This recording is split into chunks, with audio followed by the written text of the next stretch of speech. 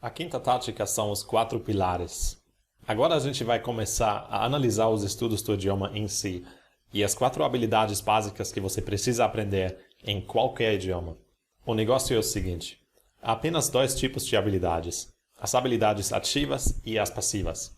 Você está usando as habilidades ativas quando você está se comunicando, quando você está passando uma comunicação a outras pessoas.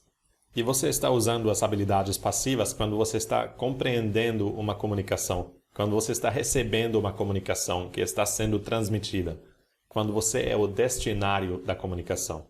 Mas além das categorias ativo e passivo, também existem as habilidades orais e as habilidades escritas. Habilidades orais são aquelas que envolvem a conversa e habilidades escritas são aquelas que envolvem papel e caneta, o teclado e impressora. Óbvio, né? Agora, se você combinar todas as 4 categorias sistematicamente, você obtém os 4 pilares básicos da fluência. O primeiro pilar são as habilidades ativas da escrita, ou seja, escrever. O segundo pilar são as habilidades passivas da escrita, ou seja, ler.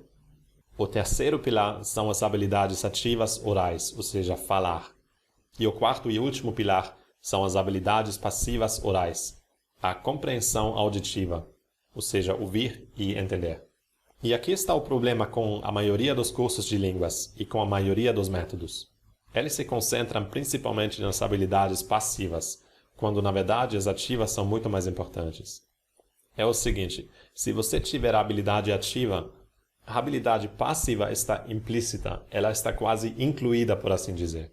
Mas se você tiver a habilidade passiva, por outro lado, a habilidade ativa geralmente não está incluída. Vou te dar um exemplo. Vamos supor que você está em São Paulo pela primeira vez na sua vida e que você quer encontrar um amigo numa estação de metrô com um nome estranho, Anhangabaú. E talvez essa seja uma palavra fácil para você, mas para a maioria de nós estrangeiros é muito complicada. Eu até tenho um amigo dos Estados Unidos que ainda a chama de Anhangabaú, depois de anos em São Paulo. Se você nunca tinha ouvido essa palavra na sua vida, e se alguém perguntar o nome dessa estação de metrô alguns dias mais tarde, você provavelmente não será capaz de dizê-lo ou até escrevê-lo, o que é mais difícil ainda. Porque lembrar da palavra e escrevê-la ou dizê-la seria uma habilidade ativa. No entanto, se alguém mencionar a palavra, ou se você vê um mapa do metrô com a palavra escrita numa das paradas, você provavelmente vai reconhecê-la, pois ouvir e ler são as habilidades passivas e elas são mais fáceis. É muito mais fácil para o seu cérebro reconhecer alguma coisa que ele já tinha aprendido antes do que ativamente repetir alguma informação da memória. Mais um exemplo que demonstra a diferença entre as habilidades ativas e as passivas é a língua espanhola. Eu tenho certeza que você pode ler um livro em espanhol e realmente compreender a maior parte. Muitas das palavras são semelhantes ao português, e enquanto alguns detalhes e nuances podem ser diferentes, você provavelmente vai entender a essência do texto. Mas você pode escrever um livro em espanhol? A não ser que você já passou uma quantidade considerável de tempo estudando esse idioma, você provavelmente não será capaz de fazer isso. Por quê? Porque a leitura é uma habilidade passiva, e muito mais fácil do que escrever, a habilidade ativa. Mas quem sabe escrever um livro com certeza também consegue lê-lo. É isso que eu quis dizer quando eu falei que as habilidades passivas estão incluídas nas habilidades ativas.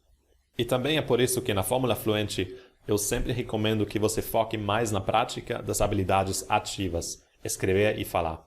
Na verdade, você deve passar pelo menos 70% do seu tempo praticando as habilidades ativas. Na vida real, você geralmente não tem o benefício de ouvir ou ver uma palavra e apenas ter que reconhecê-la. Na vida real, você tem que manter uma conversa e para isso é preciso dominar as habilidades ativas. Na vida real, você terá que escrever e-mails para os seus parceiros de negócios em outros países. E isso também exige as suas habilidades ativas. Agora, vamos classificar essas 4 habilidades, ler, escrever, falar e ouvir, em ordem de dificuldade. Qual você acha é a mais difícil? A resposta é: escrever é a habilidade mais complexa e difícil. Para escrever, você não só precisa de se servir das habilidades ativas, é mais, escrever também exige que você saiba toda a ortografia correta de cada palavra. A segunda habilidade mais difícil é falar. A ortografia não é uma preocupação nesse contexto, mas você ainda precisa saber a pronúncia certa. E você também precisa pensar mais rapidamente do que se você tem tempo para escrever. Eu vou te explicar como você pode aumentar a sua velocidade de pensamento no outro módulo. A terceira habilidade mais difícil é ouvir. E, finalmente, a habilidade mais fácil é a leitura. Ler é mais fácil do que ouvir, porque quando você lê, você não tem a pronúncia para considerar. É a informação pura, sem dialeto regional, sem sotaque e sem que alguém fale rapidamente demais. Então, o que você precisa fazer é estudar as 4 habilidades, mas com grit. Você ainda se lembra do capítulo sobre grit na seção de estratégias desse curso? Um dos conselhos mais importantes naquele capítulo foi o seguinte: você deve sempre focar nos exercícios mais difíceis primeiro. Depois de ter dominado as coisas mais difíceis, o resto é muito fácil. Isso significa que, dos 4 pilares da fluência, escrita, fala, audição e leitura, você deve passar a maior quantidade do seu tempo praticando a escrever, a segunda maior parte a falar e apenas uma pequena parte do seu tempo a ouvir e ler. Uma boa regra de ouro seria a seguinte: passe 40% do seu tempo escrevendo, 30% do seu tempo falando, 20% do seu tempo escutando, ou seja, praticando o listening, e 10% do seu tempo lendo. Assim você chega lá. Essa é uma regra geral e você não tem que seguir esses números com precisão. Mas eu recomendo evitar cursos que são muito focados na mera leitura ou na escuta, negligenciando as habilidades ativas. As habilidades passivas são importantes também, mas as ativas são mais difíceis e mais úteis.